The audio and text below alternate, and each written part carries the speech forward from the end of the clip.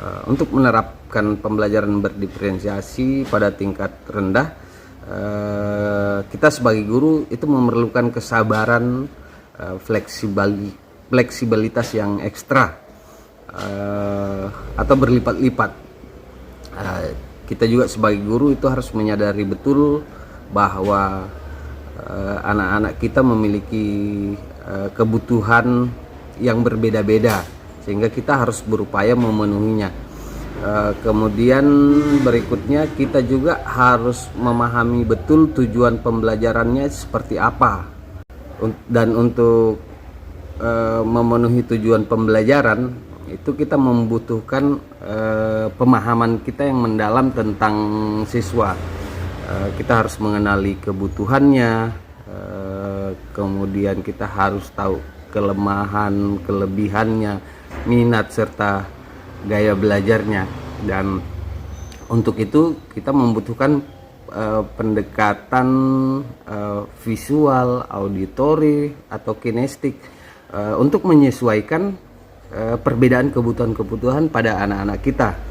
Kemudian dalam aktivitas kelompok itu dibutuhkan fleksibilitas. Kita sesuaikan berdasarkan gaya belajar, kelemahan, kekuatannya itu bisa kita kelompokkan. Kemudian itu juga berarti bahwa mungkin dibutuhkan aktivitas yang berbeda-beda untuk setiap anak atau setiap kelompok. Kemudian kita membutuhkan instruksi individual yang mungkin berbeda antar satu dengan yang lain atau antar kelompok yang lain. Selanjutnya dibutuhkan kemitraan antara guru dengan orang tua supaya terbangun kolaborasi.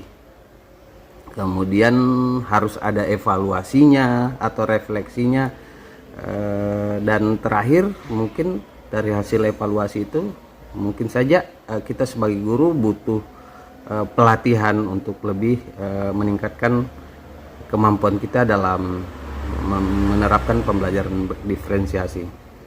Selanjutnya pertanyaan kedua, di mana letak keberhasilan belajar secara berdiferensiasi?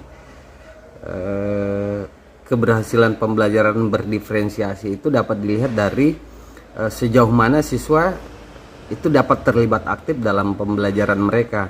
Jika mereka terlihat aktif, memiliki minat yang tinggi dan merasa didukung dalam pemahaman materi, itu menandakan bahwa pendekatan berdiferensiasi sudah berhasil. Dan ini bisa dilihat dari implikasi bahwa terjadinya peningkatan pemahaman, kemudian siswa merasa pembelajaran aktivitas pembelajaran siswa itu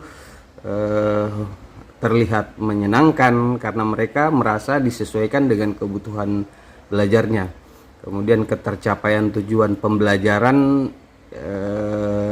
juga terpenuhi, serta terciptanya kesetaraan kesempatan antara anak yang satu dengan anak yang lain. Saya kira seperti itu. Selanjutnya pertanyaan ketiga, apakah dalam berdiferensiasi proses ini maksudnya barangkali ketika menerapkan pendekatan ya antara auditori, kinestetik dan visual, apakah harus bersama-sama atau bergantian?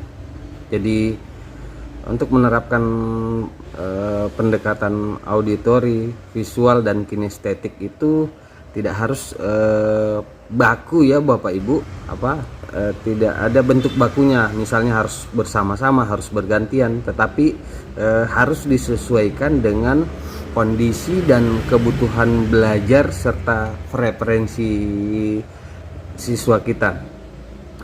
Misalnya dalam suatu momen itu mungkin bisa dilakukan bersama-sama dalam sebuah proyek atau dalam sebuah pembelajaran. Mungkin guru bisa meminta siswa membaca, kalau siswa yang lain mungkin bisa diminta untuk mendengarkan rekaman audio, dan ada siswa yang diminta untuk melakukan simulasi, atau mungkin bisa dilakukan juga secara bergantian. dalam kasus yang sama misalnya didemonstrasikan terlebih dahulu kegiatannya, kemudian ada aktivitas siswa diminta untuk membaca, dan berikutnya mungkin siswa bisa diminta untuk praktik permainan atau hal-hal yang berkaitan dengan gerak fisik, atau disesuaikan saja dengan seperti apa kebutuhan belajar siswa Bapak Ibu. Kira seperti itu.